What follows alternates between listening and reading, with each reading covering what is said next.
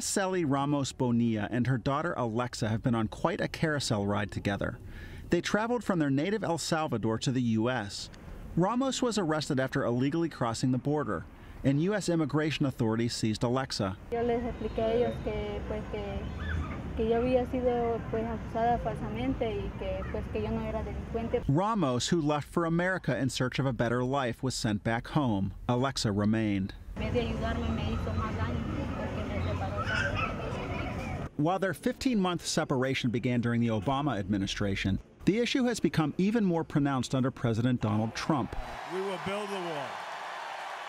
His recent zero-tolerance crackdown has left hundreds of children in detention, shelters, or foster care. It is hard enough to run the immigration enforcement system where this can happen from time to time, much less to adopt a policy where you're going to intentionally separate families. Federal officials insist they will continue to reunite parents and their kids. But an AP investigation found holes in the system that allow local judges to grant custody of migrant children to American families without notifying their parents. It becomes incredibly difficult for the parent to demonstrate that, in fact, the child is going to be taken care of and returned to a safe home if that parent is in a third country and is unable to appear before the court. Alexa's fate was decided by the courts while the little girl was staying with a foster family and her mother was thousands of miles away.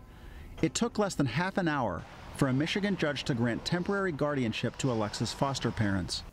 I would say it was a failure.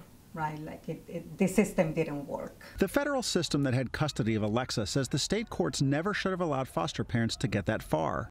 Officials with Bethany Christian Services, the agency that placed Alexa in foster care, would not comment on her case, but said foster parents are told they're not allowed to adopt migrant children. Oh, you've got these kids coming here. Are they going to be adopted? Right. No. And in fact, they should be back with their families right away. But since the 1980s, Bethany acknowledged that 9 of the 500 migrant children assigned to its foster program have been adopted. The agency couldn't find their parents, or it was determined it wouldn't be safe or possible for them to go back to their families.